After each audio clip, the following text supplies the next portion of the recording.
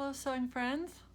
Today I'm going to hem a pair of suit pants and he wants them tapered.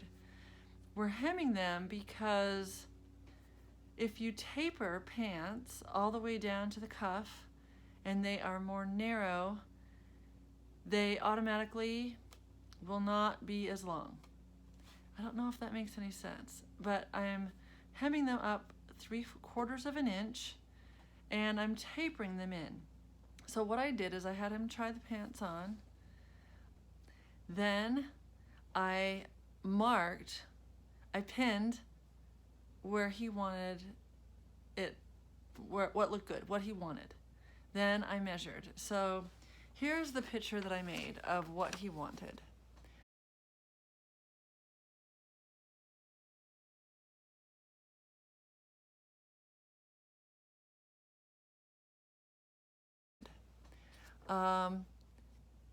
After I pinned, I measured how much to take in every 3 inches up to the seam line. So after I did this, I marked it with chalk. So if you can see, every 3 inches, I made a mark and I got all the way up to right up there. Now that only leaves me, 4 inches or so to get to that 1/2 inch, but I'm going to start right here at 0, which means I'm going to sew right on top of what was already there. I'm going to slowly get bigger to 1/2 inch, and then I'm going to follow my chalk marks all the way down to taper these pants in. Okay, so here I am with the pants on my machine. All right, I'm at the top of the seam. Here's one of the legs right here. Okay, I'm all the way at the top. My first chalk mark is right here, if you can see that. And I'm going to sew and taper all the way down this pant leg.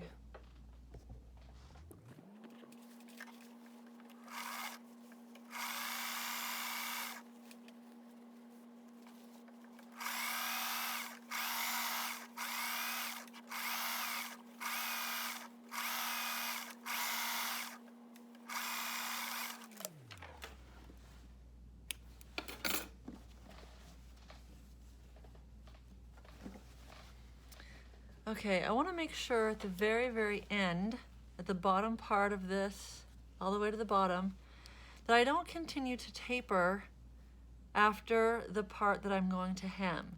This part has to fold up, and if it's slightly smaller, it will create problems and give you fullness in the hem. So I actually, when I got down to the bottom, I just went straight down or kind of toward the side seam over here. Maybe it doesn't look like I did, but I tried to go a little this way so that when I fold it up, the inside of that cuff will be larger than the inside of the hem will be larger than the pant leg. That way, when I fold it up, it won't create any fullness. I'm going to go ahead and do the other side of the pants.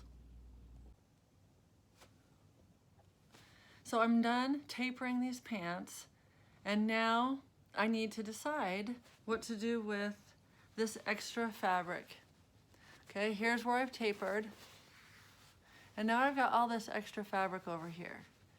Now I could leave this, but there's a lot, and so what to do with it? And you've got a couple options. You can cut it, trim it to 1/2 inch, and zigzag it so that it doesn't fray. You could serge it so it doesn't fray. You can not do anything. You can undo the seam that was there before you sewed, which is going to be this seam. I can undo that seam and press it open. This will allow me to later come and fix this if there's anything wrong with it. If you cut this seam to 1/2 inch, there's no fixing anything else. You can't make it bigger. You can't untaper it. I am going to undo the seam with my seam ripper carefully, and I'm going to press it. Because if he says that it is too narrow, I want to be able to fix it. I don't want to buy him a new suit. So that's what I'm going to do.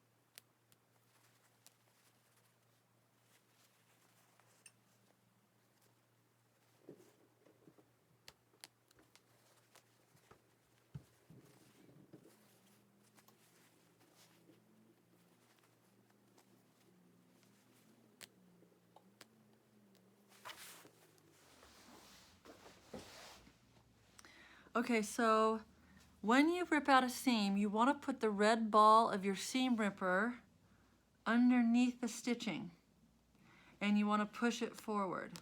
Now, the first part of this you saw ripped out pretty easily. The second part of this is not ripping out easily, and I can see that this was tapered once before. And the stitching I just took out was stitching from when someone else tapered them. So this is original stitching I'm trying to take out, and it's a little better quality thread, it's closer stitching, so it's not ripping out very easy. If you're ripping out a seam, you want to put firm pressure on both sides of the fabric. So I'm going to hold both sides of the fabric firmly and then put the red ball underneath the stitching. Can you see that? And I'm going to push. If I have to push too hard, I might rip fabric. I should hear a pop, pop, pop.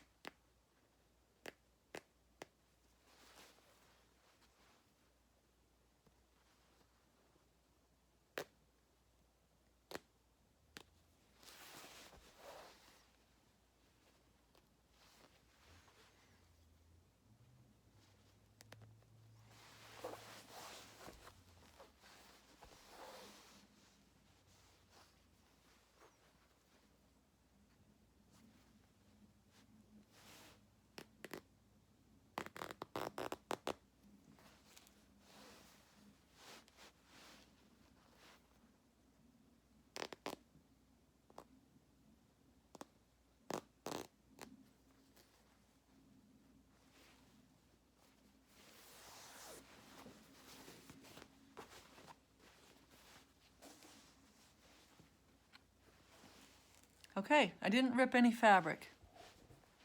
It's a good day when you don't rip the fabric. And now I'm going to press them. I'm going to actually seam rip out the other leg, and then I'm going to press them. So I'm seam ripping out the other leg of the tapered suit pants, and I went a little too fast, and I made a little hole. Let me show you what I did. If we can see this hole. Right there. So, yep, this is not good. Here's what that means. It means I can't put these pants back to their original condition. But, see, I still have a large amount of seam. Here's the hole right here. I still have at least an inch. I can I can alter this seam and make it less tapering if I want to. It's not ruined anything. I can still alter the width of the taper if he wants me to, but it means I need to slow down and not be in a hurry. Sometimes it's hard to do that, but I need to be slower, more methodical about it, and if the stitches won't come out, I might have to do them one at a time, but I need to not rip this fabric again. So I have the pants of the suit to be tapered. I have the seams out and I want to press them flat so that it doesn't affect the way the pants hang. In order to do that, I want to use one of these things. My daughter calls them a ham, but I don't know if that's what they're called. I've got one that looks like this, that's kind of round. And this is for like shoulder seams. I put this inside and I can press. This is my one that I really like to use for pressing pants. And I just made this up. I don't know if you can see that. I just totally made this up. There's no rhyme or reason to it. But I made a shape out of some spare cotton and I shoved it full of batting, and it just eventually, when I ironed it enough, it turned flat. Now,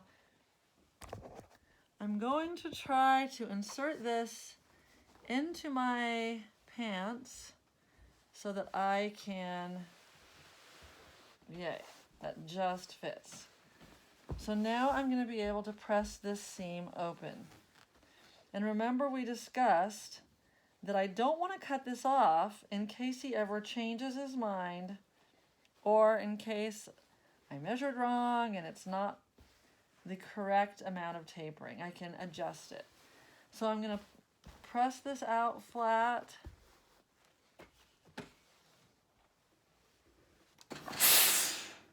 Use a little steam on that. And I'm going to do this all the way up.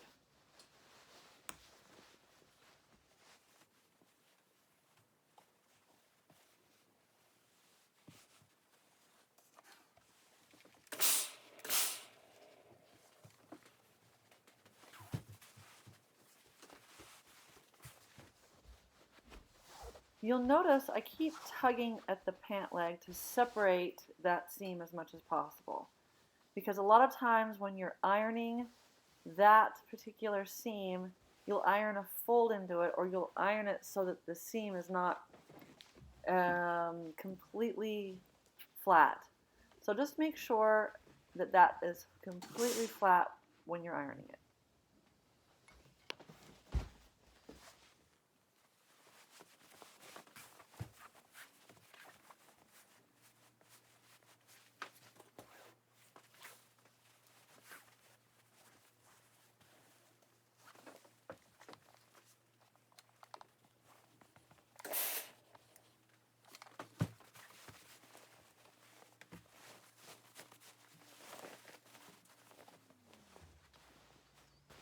That looks professional. Professional and good. I'm very happy with that. Now I'm going to do the other one. Okay, so now I'm going to hem the tapered pants. First thing we need to do is stop the edges from fraying. There's a couple ways to do this. You can use pinking shears. Okay, these are not too expensive. You can cut them with pinking shears. This will eliminate the fraying. You can do that. If these were jeans, I would just fold it once, fold it twice, and hem it. But these are not jeans. These are dress pants. And I don't want to fold because you might see that. You can zigzag the edge of this on your machine. I am going to serge around the edges because I have a serger. Before I had a serger, I would just zigzag the edges on suit pants. So now I'm going to serge the edges of this hem.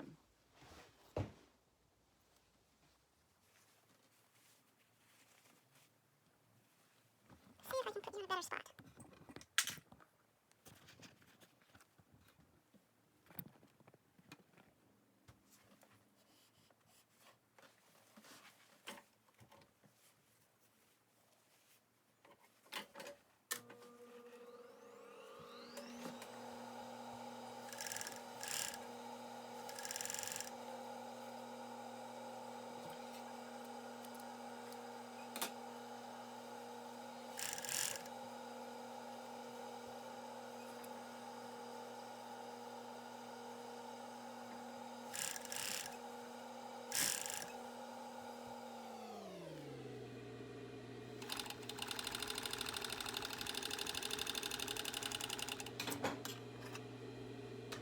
Okay.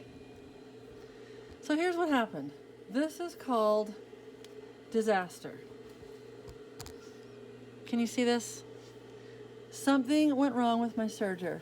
It looks like, I don't know.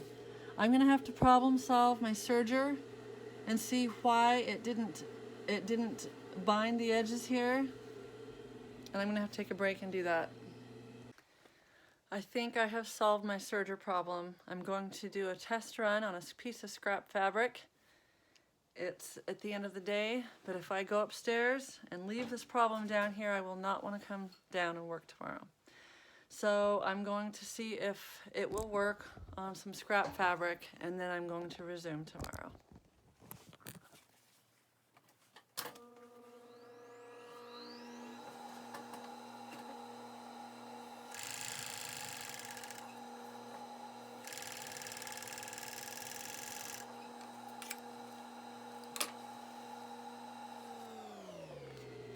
That looks pretty dang good.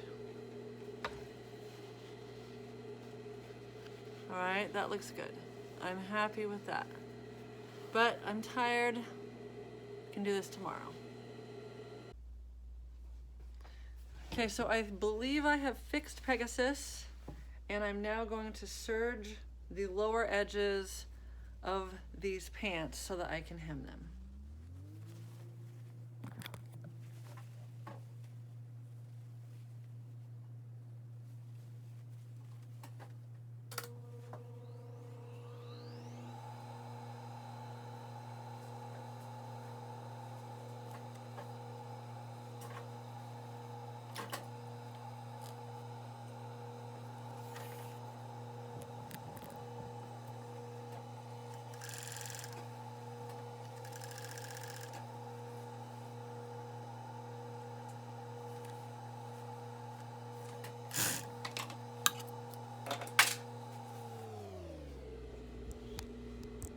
Okay, once again, this is no longer working.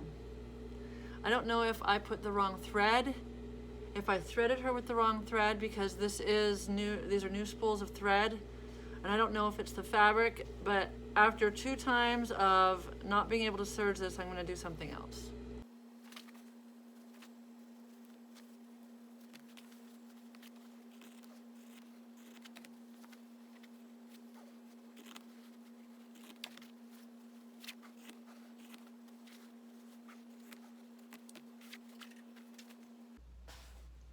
Okay, so after I could not serge the bottom of these pants twice, I ended up doing pinking shears. And I cut off an extra 1/4 inch, so I've got to make allowances for that in my hem. I can see the original hem was right here. Here's the fold. Since I want to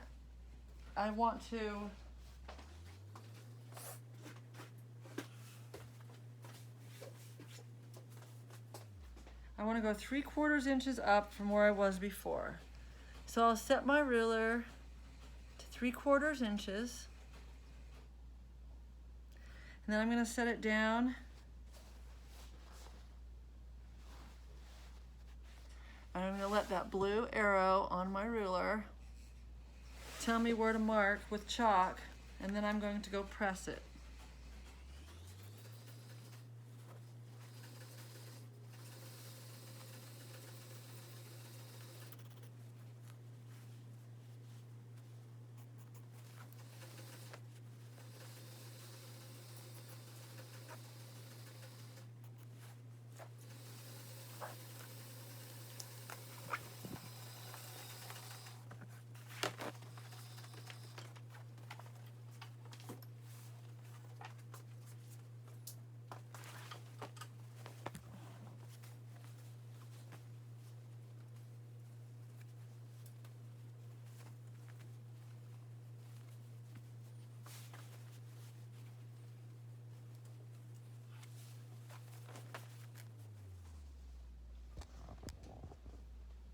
So I've noticed 2 things. First thing is, somebody before me has altered the out seam of these pants. And it's not laying flat. I don't know if you can see that. It's not laying flat, so I'm going to press this And I also noticed that the little marks I made of chalk, I can't see when I bend it up. So I'm just going to use my ruler again, press it up 3/4 of an inch. Didn't need to mark it with chalk.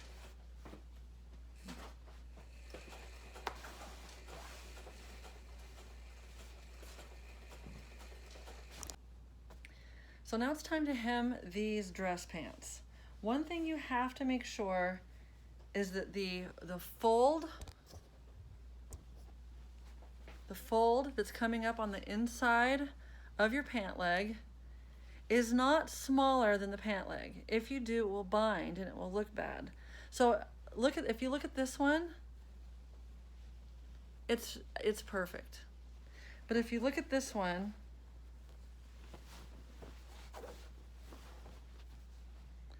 I can see fullness right here. Don't know if you can see that. See the fullness right in there? Okay, this means that this inside part is making this folded hem part right here is making the inside, I don't know what the word is, but it's not flat. It's not resting flat. So in order to fix this, I'm going to undo this seam right here. It's already halfway undone. See, when I put my hand in here and stretch that apart, you can see that it's stressing out open this seam. That means that this is smaller than this. So I'm going to undo this another maybe 1/4 inch, and then I'm going to hem it.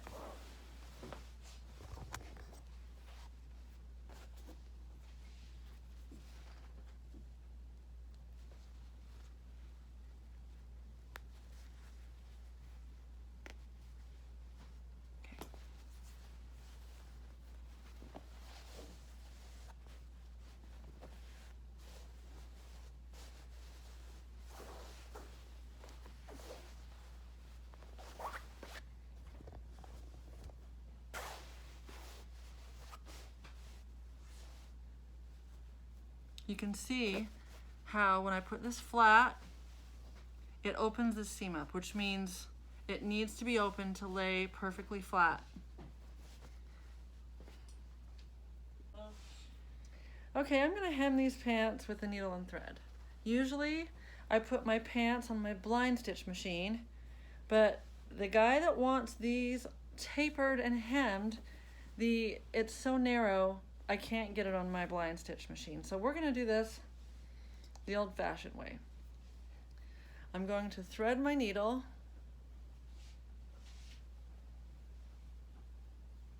I'm going to give myself maybe an arm's length.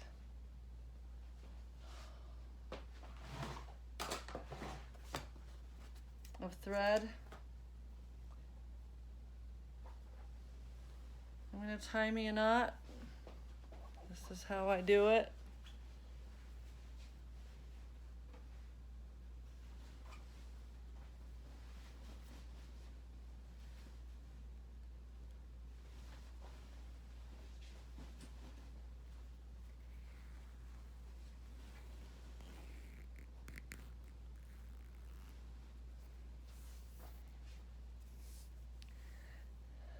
That didn't work, I'm going to do it again. Thread between your fingers, needle on top of the thread, wind it like 4 times, and then I'm going to use my fingernail, and I'm going to keep all those windings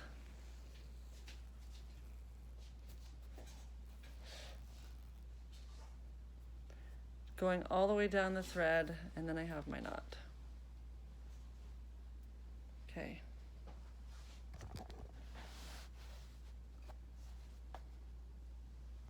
I'm going to start on a seam because I can start on one,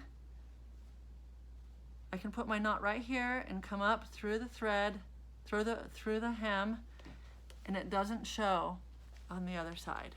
Okay, can you see that? Doesn't show. So I'm going to start taking a big chunk of that hem pull it through. Yay. Now I can take big pieces of this seam allowance and this hem, because nobody will see that. Once I get over here, I'm going to have to take tiny little pieces of fabric in my needle so that nobody sees it's a hem or nobody sees my thread.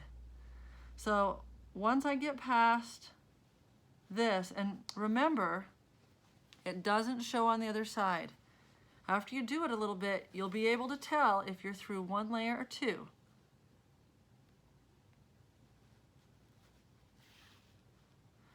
And it's just a whip stitch. I'm taking big whips, big pieces. Doesn't have to be pretty, no one's gonna see it. Now that I'm to this part right here, no one wants to see this thread. So I'm going to take a tiny little bit, like that much. And I'm going to take more of this.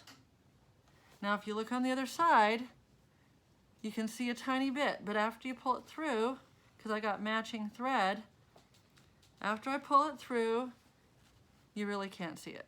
It's right there. Okay, that's what I'm going to do all the way around. I'm going to show you a couple more stitches, and then I won't make you sit and watch.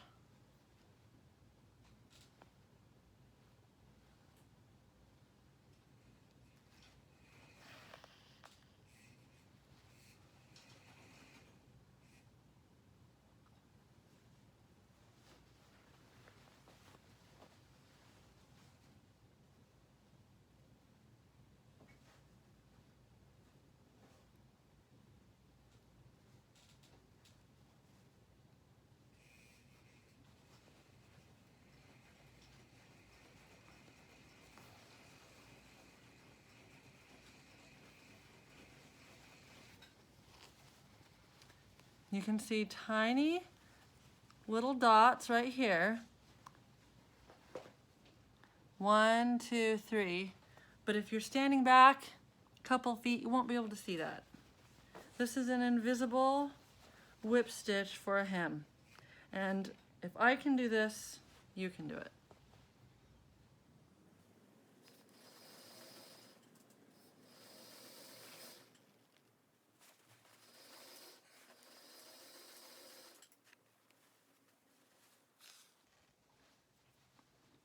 Now I'm over here to the seam again, which is nice. I can put my needle between the seam and just take a nice big chunk. And I'm actually going to go a little bit closer. Take a couple closer stitches, and remember, if you're in the seam allowance, it's not in the other side.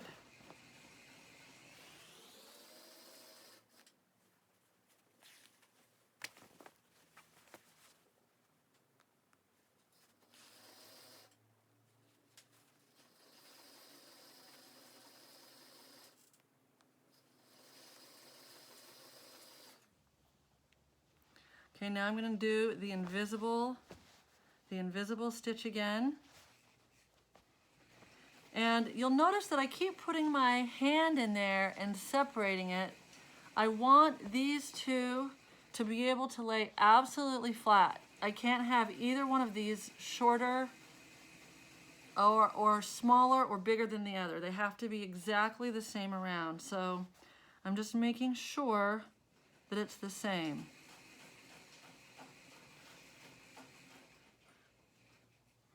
My thread is getting a little bit twisted, so I just untwist it.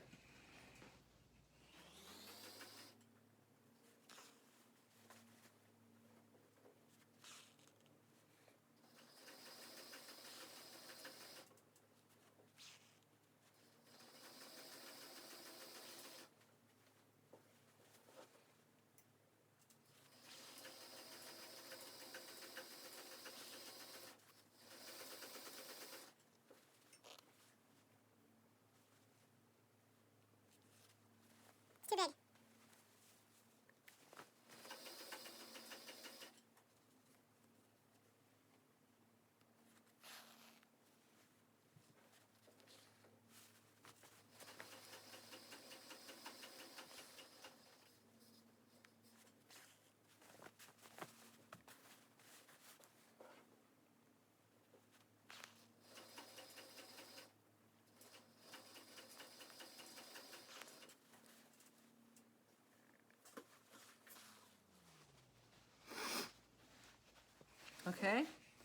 think I'm all done. I'm gonna tie a knot. I like to do it like this. This will be a nice knot. Lay my needle down. Wind it 3 or 4 times right here. Push those winded down to the bottom. Put my thumb on there. Pull it. It's a nice knot. Okay, just for fun, I'm gonna put my needle between these fabrics, if I can. Yep. And then I'm gonna pull it through, and then I'm gonna cut it off. So the tail of that knot is gonna be inside that hem. That way I know it's not gonna show, it's not gonna cause a problem. Let me turn this inside out and show you how it looks.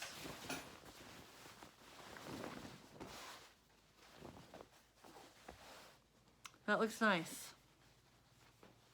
Okay, so you can barely see these little tiny pulls of thread, but I'm gonna press that and it's gonna you're gonna be able to see that even less.